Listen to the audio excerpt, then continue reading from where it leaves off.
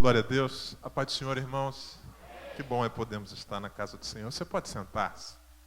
Quero agradecer ao querido pastor Moisés pelo convite, pela confiança. A todos os irmãos que nos recebem tão bem.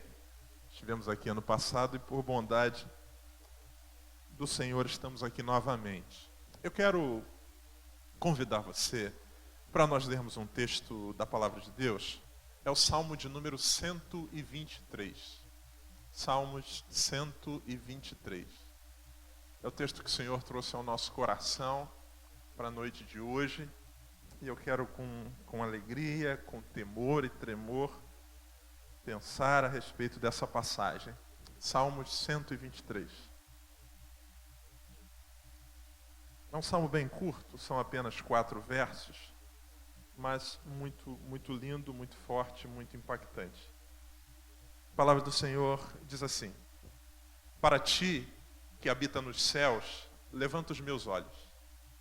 Eis que, como os olhos dos servos, atentam para as mãos do seu Senhor, e os olhos da serva para as mãos da sua senhora, assim os nossos olhos atentam para o Senhor nosso Deus, até que tenha piedade de nós.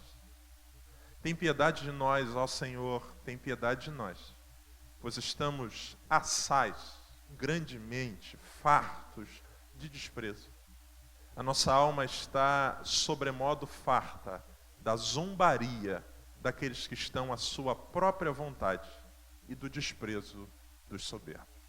Amém. Louvado seja o Senhor pela sua palavra. Mantenha a sua Bíblia aberta, por favor, nesse texto.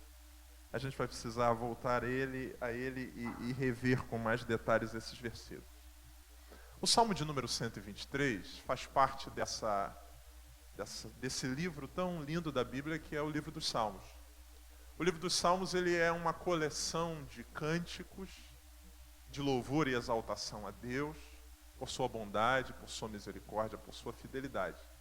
Mas também os Salmos eles são a expressão do coração do homem em direção a Deus. Talvez não hajam passagens bíblicas que revelam tão fortemente aquilo que se passa no nosso interior ou que consigam traduzir isso do que os Salmos. Quando a gente lê, por exemplo, os livros proféticos, Isaías, Jeremias e outros, a gente vai ver em grande parte da narrativa a voz de Deus sendo dirigida ao homem. Deus dizendo: assim diz o Senhor, diga ao meu povo, esta é a minha palavra, peso da palavra do Senhor.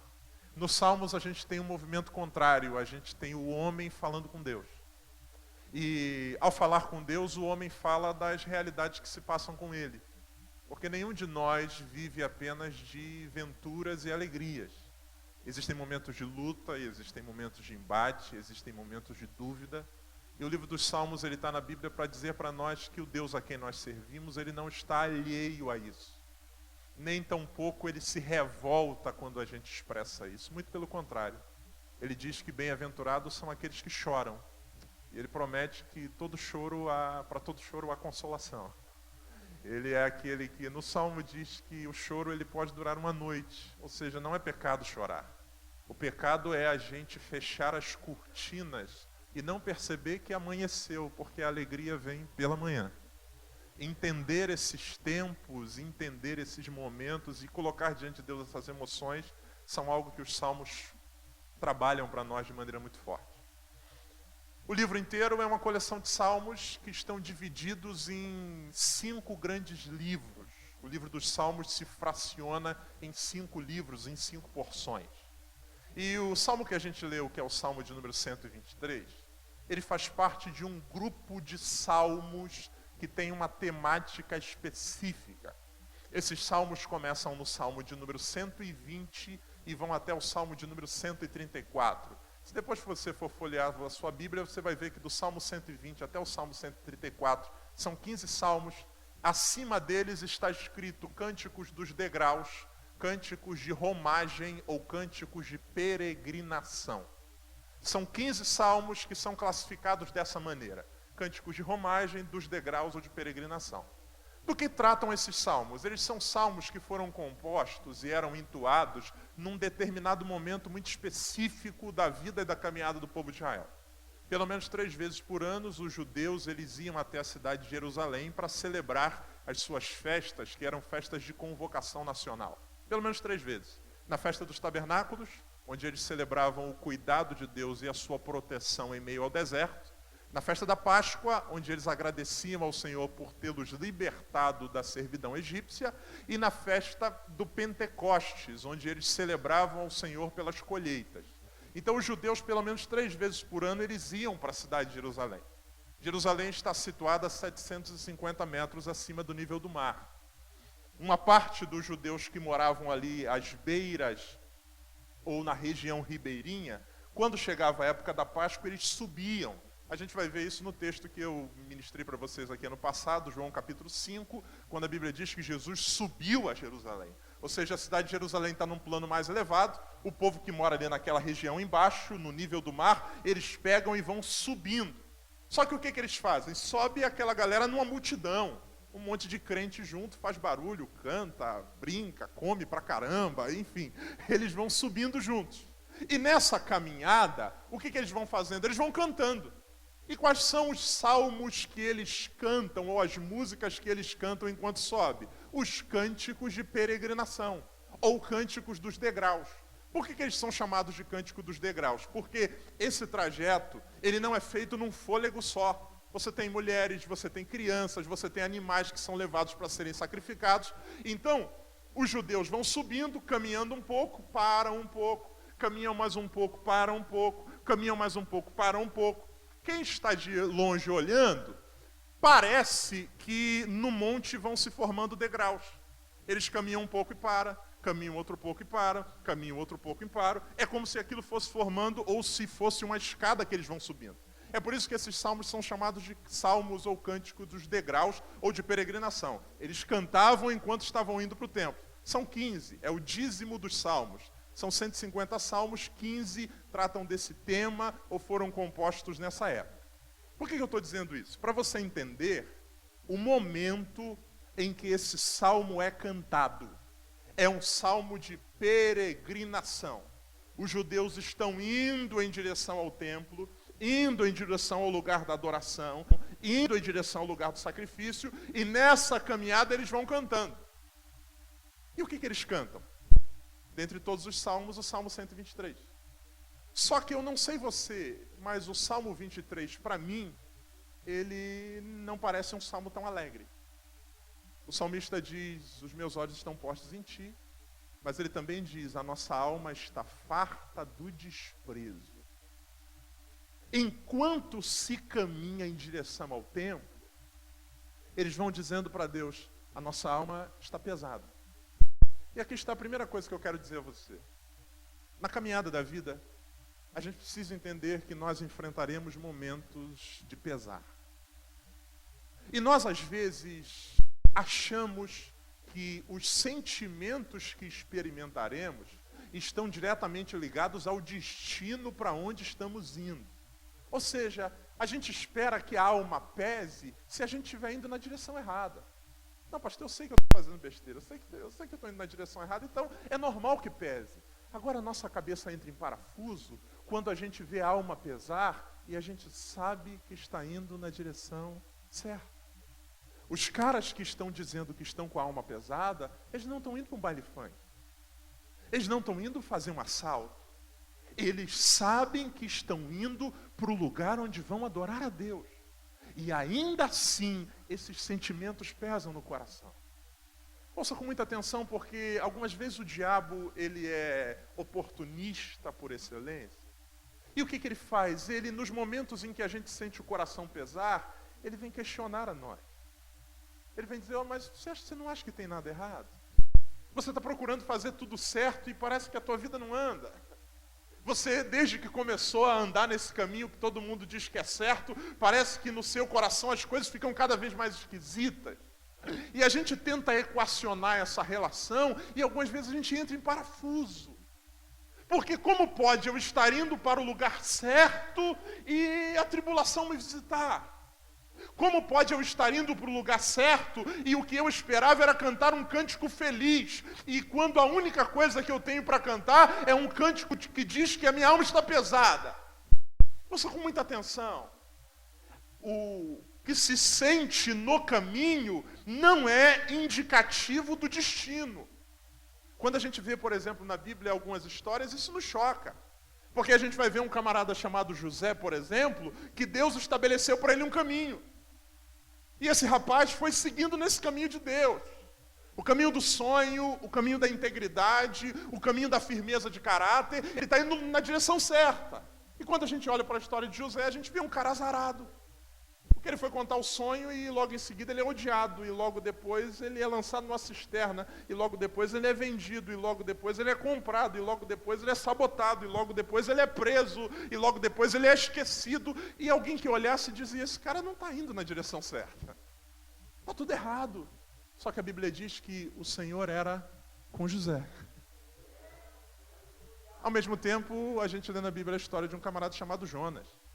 E quando a gente olha para a história de Jonas, a gente vê uma série de coincidências positivas. A Bíblia diz que o Senhor diz a esse homem, vai para Nínive, ele diz, eu não vou para onde eu quiser, eu vou para Tarsis. E a palavra do Senhor diz assim, Jonas, pois, desceu até o porto. Número 1, achou, pois, um navio que ia para Tarsis. Irmão, navio naquela época não é igual ao ônibus hoje. Você sabe que se perder um, daqui a 10, 20, e se for muito complicado, 30 minutos no máximo ele está chegando. Outra coisa é navio. A Bíblia diz que Jonas achou um navio. 2, a Bíblia diz que Jonas pagou, pois, a sua passagem. Ele achou o veículo e ele tinha dinheiro suficiente para entrar naquele lugar. 3, a Bíblia diz que ele achou espaço no navio. Não tinham comprado os reservados todas as poltronas ainda, o Decolar.com não tinha vendido tudo, aquele cara foi lá e pagou a passagem dele. 4, a Bíblia diz que ele desceu ao porão do navio e dormia um profundo sono. Olhando para a vida de Jonas, a gente vai dizer, esse cara está na direção de Deus. Olha só que bênção, achou um navio, número 2, tinha lugar, 3, pagou a passagem, 4, conseguiu arrumar um lugar no porão e 5, ainda consegue dormir. Só que no meio do caminho o negócio vira tudo. Porque Jonas estava indo na direção errada. A primeira coisa que eu quero dizer a vocês hoje é que não permita que o seu coração seja inundado por dúvidas. Pastor, parece que depois que eu comecei a seguir a Cristo, parece que está tudo dando errado. Ouça com muita atenção, Deus faz contas diferentes de nós. Como é que seres humanos fazem contas? Nós trabalhamos com fatores que conduzem a resultados. Se eu digo para vocês assim, quanto é 2 mais 2? Vocês vão dizer 4. 4 mais 4, 8. 8 mais 8, 16. E para por aqui a minha matemática. Fatores que conduzem a resultado. A gente parte de fatores que chegam a resultado. Deus faz contas diferentes de nós. Deus primeiro coloca o resultado. E depois ele determina os fatores. Porque 8 pode ser 4 mais 4. Mas 8 pode ser 10 menos 2. 8 pode ser 4 vezes 2. Deus primeiro coloca o resultado. E o resultado é a promessa. Deus um dia projetou para a vida de um homem chamado Jó o dobro. Esse é o resultado. Só que para chegar no dobro, ele começa perdendo tudo. Só subtração. Dinheiro, filhos, ovelhas, gado, boi. Depois, divisão. A Bíblia diz que todos que estavam ao seu redor se afastam. Os 3 amigos que ele tem dizem que ele está em pecado. Depois, uma adição, uma soma. Ele ganha uma chaga maligna do alto da cabeça até a planta do pé. Quem olha para Jó está dizendo, não vai dar certo. Não tem como essa conta fechar. O cara só perde, o cara só diminui, o cara só subtrai, o cara divide. Só que a Bíblia diz que Deus é fantástico na matemática. Deus faz uma coisa que ninguém pode fazer. O profeta diz que o Senhor multiplica as forças do que não tem nenhum vigor. Quanto é 0 vezes 1000? Quanto é 0 vezes 1000? 0 vezes 1 milhão. 0 vezes 5 milhões. Deus é o único que pega 0, multiplica e dá positivo. Ele multiplica as forças do que não tem nenhum vigor. Jó chegou no 0, mas o Senhor tinha colocado o resultado, e no resultado de Deus ninguém mexe. A Bíblia diz que no final de tudo, ele recebeu em dobro tudo quanto possuía antes. Não acho. Está dando tudo errado. Faz parte da caminhada. Vocês me entendem até aqui, amém? Vamos ler esse salmo de novo? Só que eu quero convidar você para a gente fazer uma coisa diferente. Nós vamos ler esse salmo de baixo para cima, ok? Nós vamos começar do versículo de número 4, depois nós vamos aos 3, depois nós vamos ao 2, depois nós vamos ao 1. Nós vamos fazer um uma leitura ao contrário do Salmo de número 123.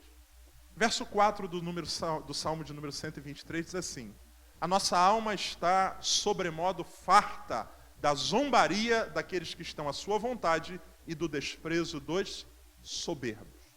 Primeira coisa que o salmista fala da sua alma, do seu estado interior. Ele diz: Senhor, a nossa alma está farta. Se ele fosse o nosso contemporâneo, ele diria: eu estou por aqui, eu estou pela tampa. Eu estou farto. E eu estou farto de quê? Ele fala de duas coisas. Ele diz: eu estou farto da zombaria. E o que é zombaria? Zombaria é um movimento de chacota que alguém faz na nossa direção. É quando alguém desdenha. É quando alguém faz brincadeira. É quando alguém, de maneira sarcástica, zomba daquilo que a gente tem enquanto sonho, enquanto ideal. O salmista, que está caminhando em direção ao templo, ele diz: ao meu redor há pessoas que estão zombando. Zombaria é uma coisa que não é fácil da gente administrar. Zombaria é uma coisa que não é fácil da gente lidar, porque é um movimento que vem de encontro a nós. Ele diz: os homens que estão ao meu redor, eles estão zombando de mim. Segundo, o salmista fala de uma outra coisa que talvez seja pior do que a zombaria. Ele diz: a nossa alma está farta da zombaria e a nossa alma está farta do desprezo. Eu talvez diria que zombaria é menos pior do que desprezo. Porque quem zomba, pelo menos, está se dirigindo a você. Quem zomba, pelo menos, está falando com você. O desprezo é aquela sensação de que a gente não existe. Ele diz: eu estou experimentando os dois. Eu tenho gente que está zombando de mim. E eu tenho gente que simplesmente está me desprezando. E qual é o impacto que isso causa na alma do homem que caminha em direção ao templo? Ele diz: o impacto que isso causa é que a minha alma vai ficando farta. Sabe, irmãos, existem coisas que a gente administra com muita facilidade. É como se, uma ilustração que eu uso sempre, se eu pegar e der para você 2 quilos de feijão, por exemplo, e disser para você assim: você acha isso leve ou pesado? 90% ou 100% de nós que estamos hoje aqui vai dizer: pastor, isso é moleza. Eu digo: meu irmão, você acha que você consegue levar esses 2 quilos de feijão? Vai dizer: pastor, que é isso? Cabe na minha bolsa, eu ponho na mochila, eu seguro aqui. Pastor, estou acostumado a carregar muito mais peso. E se eu pego esses 2 quilos de feijão e eu vou até a esquina, é tranquilo, eu deposito. Agora, se eu pego esses 2 quilos de feijão e coloco dentro da minha bolsa, da minha mochila, e eu começo a caminhar 1, 2, 5, 10, 20 quilômetros, chega um momento em que parece que aqueles 2 quilos viraram 1 tonelada. A gente vai trocando de mão, segurando de um lado, a gente para, estala os dedos. O problema não é que o problema aumentou, é que na caminhada com o problema eu vou me cansando. E aí o salmista diz: eu estou farto. Zombaria? Sempre vai haver. Desprezo? Sempre vai haver. Gente que não acredita? Sempre vai haver. O problema é que, conforme a gente vai caminhando e isso vai permanecendo, não esqueça que esse é um salmo que se canta enquanto se caminha. Enquanto a gente vai caminhando e a coisa vai continuando, vai pesando demais. Até que a gente chega a ficar farto. O salmista olha para si e ele diz a Deus: eu estou farto do desprezo e da zombaria. O texto continua, versículo de número 3. Tem piedade de nós, ó Senhor. Tem piedade de quem, irmãos? De nós. Em primeiro lugar, a alma farta, pesada. O que o salmista faz? Ele resolve orar. E o peso dele de alma é tão grande que ele repete a oração. Todas as vezes que a gente tem esse recurso de repetição, é para dar ênfase. Parece um disco arranhado. Ele não consegue dizer a Deus outra coisa. Ele diz: tem piedade de nós. Tem piedade de nós. Existem momentos na vida em que o fardo pesa tanto, em que um problema chega de maneira tão forte e vai nos abatendo que a gente não consegue pensar em outra coisa que não seja aquilo. Você já dobrou os joelhos para orar e você não conseguiu mudar de nota, de assunto? Por mais que você tente pensar em outra coisa, por mais que você tente dizer outra coisa, o seu coração está tão pesado com relação àquilo, que aquilo passa a ser o motivo da oração. O salmista diz: tem piedade. E ele continua a oração e ele diz: Senhor, a única coisa que eu posso te dizer é: tem piedade. insistência no clamor. Não é um assunto que se resolveu no instalar. Ele continua e continua clamando por aquilo de maneira repetitiva. O texto continua, versículo de número 2. Eis que como os olhos dos servos atentam para as mãos de quem, irmãos? Do seu Senhor. E os olhos das servas para a mão de sua? Assim os nossos olhos atentam para o Senhor nosso Deus, até que Ele se compadeça de nós. Preste muita atenção. A primeira coisa que a gente enxerga no verso 4 é o estado de alma.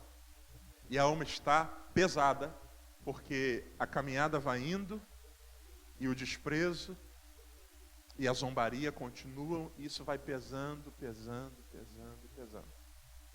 A questão não é o que eu sinto, todos nós estamos sujeitos a passar por momentos como esse. A questão é o que eu faço. Porque, irmãos, ele poderia ter tomado qualquer outra alternativa.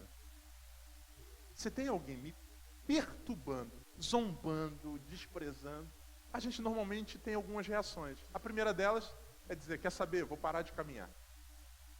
Vou dar marcha ré, porque ninguém me quer aqui, já deu para mim. Ele podia dar uma marcha ré e voltar. Não. Segunda opção, a gente partir para cima. Irmão, o que você está falando aí? Tá achando que eu sou o quê? Eu sou crente, mas eu estou indo lá para o templo, meu irmão, você fica no meu ouvido direto, não tô, isso não tem nada a ver com a minha vida. E partir para o abraço. Ou para o braço, né? Abraço não seria.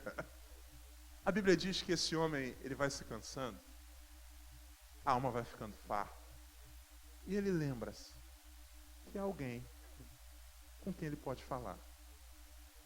Ele levanta a Deus um clamor, e o clamor é, tem piedade de nós, tem piedade de nós. Só que ele faz algo mais. Ele não apenas ora, a Bíblia diz que ele assume uma posição. E sabe qual é a posição?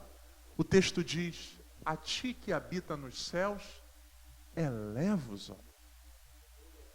Como os olhos dos servos olham para a mão da sua senhora, ou do seu senhor, e o das servas para a sua senhora, eu estou olhando para ti, até que o Senhor se compadeça de nós.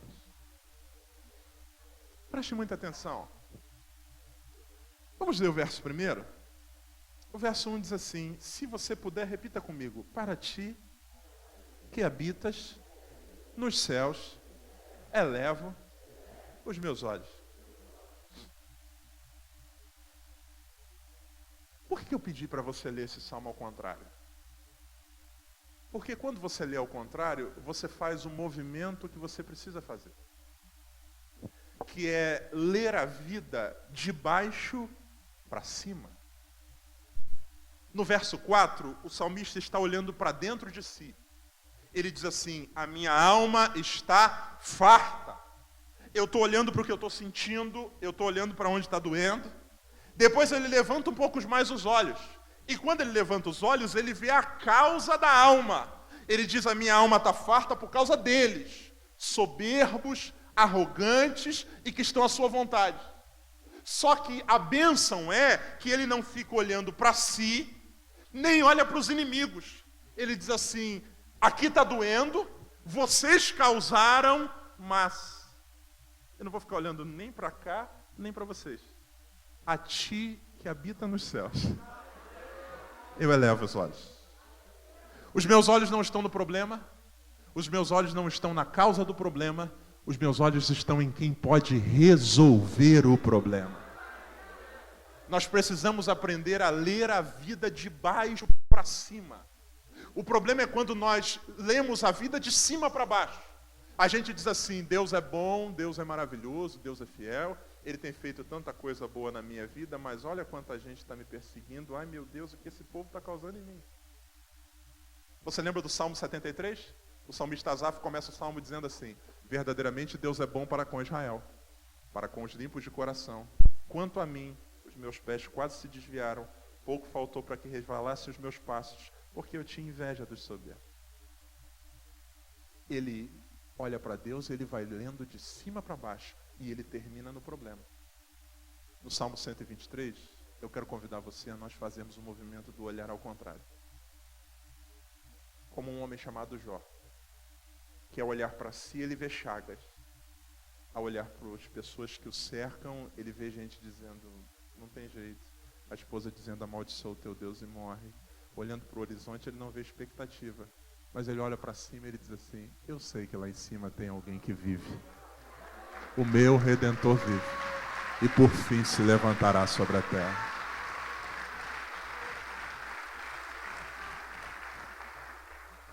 Não importa como é que está seu coração, o importante é para onde você vai olhar. Eleva os olhos, meu irmão. Eleva os olhos para onde, pastor? Eleva para o Senhor.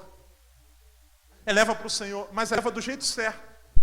O salmista, ele diz a seguinte coisa, como a serva olha para a mão de sua senhora, e o servo olha para a mão do seu senhor, assim eu estou olhando para ti. Ouça com muita atenção. Nós precisamos olhar correto. Nós, às vezes, estamos de cabeça baixa, apenas ouvindo. A resposta, pastor, eu estou há tanto tempo orando por isso aqui, mas a resposta não vem, pastor. Deus não fala nada. Fui num mistério lá, no Rebefly, Deus usou lá um profeta, falou com todo mundo, entregou profecia para quem estava na frente, atrás, mandou um recado para quem não veio, mandou profecia para quem estava ouvindo pela internet, e parece que profetiza 1000 serão profetizados ao teu lado, 10.000 à tua direita, e tu não serás atingido, e a gente quer ouvir a voz. Sabe o que o salmista diz? O salmista diz assim, Senhor, eu sou teu servo. E como servo, eu entendo que o servo não precisa da voz. Que isso, pastor? O senhor está pregando heresia? Não, é o que o Salmo diz. Ele diz assim, eu olho para as mãos. Porque um servo, ele pode ser orientado não apenas pela fala, ele pode ser orientado por gestos. Um bom criado é aquele que olha para a mão do patrão. Por quê? Da mão vem orientações. Vamos ver? É o que a gente chama de linguagem não verbal. Se eu digo para vocês assim, ó. O que isso significa? Falei alguma coisa? Se a gente está aqui numa confusão, o que eu estou dizendo? Se alguém está ali, eu faço... Vem. Você diz assim, não. O salmista diz assim, eu estou olhando para as mãos do Senhor. Porque pode ser que ele ainda não tenha falado, mas pode ser que ele esteja sinalizando coisas para mim. Pode ser que ele esteja sinalizando. Sabe, Deus age. Deus move sua mão. E nós precisamos estar atentos aos sinais de Deus. Um servo não espera apenas a voz. Um servo atento olha para as mãos. E é isso que o salmista está dizendo. Porque existem pessoas hoje aqui que estão orando por coisas há tempos. E Deus está dizendo assim, ó. Senhor, porque Senhor, tu não fala nada. As coisas estão acontecendo ao teu redor. Os sinais de Deus estão sendo claros para você, dizendo, para de orar, anda, meu irmão, avança, a bênção é tua. E a gente está dizendo, Deus não fala, Deus não fala, Deus não fala, Deus não fala, Deus não fala, Deus não fala. Ele está movendo as mãos, irmãos. Ele está movendo as mãos. A Bíblia diz que algumas vezes ele não fala. O livro do profeta Isaías, no capítulo 51, ele fala de algumas, vou usar esse termo para você entender, partes do corpo de Deus. E a única coisa que ele não fala é da boca. Ele diz assim, eis que o ouvido do Senhor não está gravado para não poder ouvir. Ouvido, ou seja, ele ouve tudo, nem a sua mão não está encolhida para que não possa abençoar ou salvar. Ele não fala da boca. Ele diz que o Senhor tem um ouvido que ouve e o Senhor tem uma mão que se estende. Ou seja, algumas vezes ele resolve não falar. Ele mostra as mãos. O profeta Isaías, o mesmo, ele traz uma profecia para Israel dizendo a seguinte coisa, está saindo a luz, não a percebeis. Ele está dizendo a seguinte coisa, olha os sinais. Perceba o que está acontecendo. Discirna. É a mão do Senhor. O Senhor está dizendo, vai. E a gente está dizendo, mas o Senhor não fala, em nome de Jesus. Que os teus olhos estejam tão atentos a Deus, que a mínima movimentação, a gente diga, lembra daquele seriado de humor? Captei a vossa mensagem. Captei. Senhor, captei. Irmão, o que houve? Estou indo. Estou indo por quê? Deus falou? O Senhor deu um sinal para mim dizendo que é hora de ir. O Senhor, Ele é aquele que fala, mas é aquele que também move a mão em circunstâncias ao nosso redor. Você não percebeu quanta coisa está acontecendo? E você sabe que, se você for analisar de maneira criteriosa, essas coisas são o Senhor dizendo para você, sinalizando para você, mostrando para você as mãos dele. Nós somos servos. E como servos, a gente entende numa frequência que os outros não entendem. Jesus Cristo disse para os seus discípulos, eu vou promover vocês. Eu não chamo mais vocês de servos, eu chamo de amigo.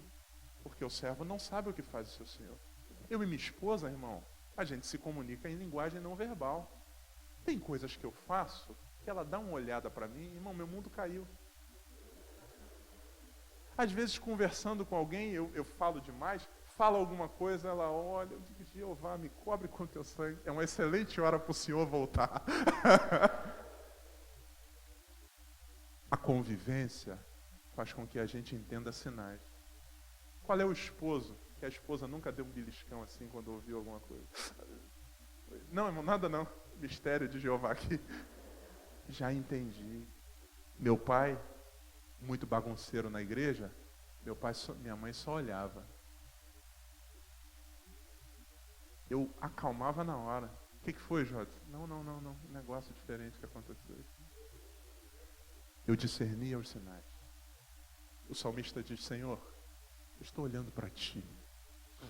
Não importa o que os outros estão dizendo. Porque alguém aqui está dizendo, ei, ô, rapaz, para onde vocês acham que vocês estão indo? Esse bando de trouxa subindo para o templo para gastar dinheiro, oferecer sacrifício. Que não é sacrifício nada para um Deus que só tem um templo novo. Todo mundo zombando, todo mundo desprezando. Ele diz, Senhor, eu não vou ficar olhando para dentro de mim, porque se eu olhar para dentro de mim, eu entro em depressão. Eu não vou ficar olhando para os meus inimigos, porque se eu ficar olhando para os meus inimigos, eu vou me descontrolar. Eu vou fazer uma coisa, eu vou ficar olhando para o Senhor. Eu vou olhar para ti. Olhar para ti de tal maneira que ao mínimo movimento das tuas mãos eu vou saber o que fazer. O que foi? Ele mexeu a mão. O que ele está dizendo? Ele está dizendo para eu ir, mas ele não falou nada. Rapaz, eu estou conectado com ele. Eu sei qual é a direção que ele está dando para mim. Eu sei. Olhe para o Senhor, irmãos. Olhe para o Senhor. Pare de olhar para dentro de você. Porque se a gente for olhar simplesmente para dentro de nós, a Bíblia diz que o nosso coração é enganoso. Existem momentos que a gente precisa tirar o olho daqui de dentro. Porque discutindo com a gente sempre tem razão. Olha, não é verdade. Olha o que aconteceu comigo. Olha o que houve. Olha o que aconteceu. Olha. Tire os olhos de quem está ao seu redor. A Bíblia não diz que a nossa guerra não é contra carne nem sangue, porque se eu ficar olhando para as pessoas que estão zombando de mim, eu vou desenvolvendo ódio, eu vou desenvolvendo rancor, e aí eu não avanço. O salmista me ensina que é assim que se caminha. O que foi, rapaz? Não, estou olhando para quem interessa. Eu estou olhando para as mãos do Senhor. Aí, tem um cara ali, ó. Pode aplaudir se você quiser aplaudir.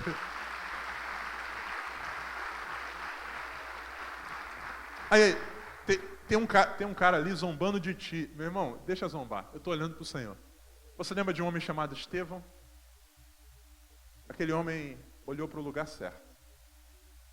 Estevão, tem um monte de gente ao seu redor tacando pedra. Se Estevão olha simplesmente para o seu corpo, talvez ele morreria antes do tempo de Jesus. Aqui, ai, meu Deus, hemorragia está sangrando, minha perna, ai, meu Deus, meu braço, meus olhos. Se ele levanta os olhos e fica olhando para o inimigo, ele dizendo, até tu, Brutus, eu nunca imaginei que esse cara ia me apedrejar. Olha lá, o pedregulho que aquele cara está pegando, ai meu Deus do céu. Enquanto as pedras estão batendo no seu corpo, os inimigos estão rosnando para ele, ele diz assim, eis que vejo o céu aberto, vejo um grande trono, e de pé ao lado de Deus, o seu Filho Jesus Cristo. O que ele está dizendo? Ele está fazendo assim, ó. Está acabando já. Fica tranquilo. Suporta mais um pouco. Daqui a pouco a gente está junto aqui em cima. Assim como os olhos dos servos olham para a mão do seu Senhor e os olhos das servas olham para a mão da sua senhora, assim os nossos olhos estão postos em Ti. Você me entende essa noite? Pode dizer amém? Vamos ficar de pé e vamos orar. Louvado seja Deus. Eu sinceramente não sei como é que você entrou aqui. Talvez você diga, pastor, está difícil de caminhar. Está difícil de caminhar porque enquanto eu caminho, a pressão só aumenta. Pastor, até um tempo atrás era até tranquilo, mas parece que com o tempo eu fui me cansando, eu estou farto. E aí a tendência é que a gente põe os olhos na coisa errada. A gente olha para a dor, a gente olha para quem causa a dor. O salmista diz, se você quer um lugar para olhar, olhe para o Senhor. Leia a vida de baixo para cima. A situação não está boa comigo. No país a crise econômica está complicada. Mas lá em cima há um trono que não tem crise. Lá em cima está o Senhor. Um homem chamado Isaías vive isso. Ele está triste. Ele diz, no ano em que morreu o rei Uzias, eu entrei no templo e ao levantar os olhos, eu vi o Senhor assentado sobre um alto e sublime trono. O cara que ocupava o trono morreu, mas lá em cima está um trono que está ocupado sempre, sempre, sempre, sempre. O diabo quer fazer com que os nossos olhos se voltem para baixo, mas em nome de Jesus, que os nossos olhos se levantem. Jesus, falando a respeito do tempo do fim, ele diz assim, sobrevirão dias muito complicados, haverá guerras e rumores de guerra, pestes, mortandade, os homens desmaiarão de terror por causa das coisas ou das expectativas das coisas que estão por vir, haverá sinais no céu. Lucas capítulo 24, ele diz assim, quando essas coisas começarem a acontecer, levantem os vossos olhos, porque a vossa redenção está próxima. Jesus está dizendo que o melhor lugar para olhar não é para a internet. O melhor lugar para olhar não é para o jornal. Quando a coisa começa a apertar, ele diz, levantem os olhos. Vamos orar, irmãos? Eu queria que você... Vamos orar diferente? Você consegue orar assim, olhando para cima? Com a cabeça levantada para cima? Oh Deus... Bendito é o teu nome, Senhor. Bendita é a tua palavra. Senhor, levanta os olhos desse irmão. Levanta os olhos dessa irmã. Levanta os olhos, Deus. Em nome de Jesus, Senhor. Tu sabes como a gente está por dentro. O Senhor sabe que na caminhada da vida, a alma vai pesando, pesando, pesando e pesando. Mas em nome de Jesus, a tua palavra veio dizer para nós hoje que a alma pesa, que a oração fica repetitiva, mas há alguém no céu para quem a gente pode olhar, Deus. E é isso que eu quero te dizer em nome de Jesus. Olhando para mim, a dor.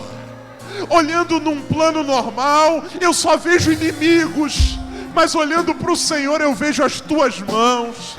E nas tuas mãos a provisão, nas tuas mãos a direção, na tua mão, Senhor, a orientação, Pai. Sinaliza para nós hoje em nome de Jesus. Se há alguém que ainda não percebeu os teus sinais, o Senhor está dizendo a algumas pessoas aqui há muito tempo, vai!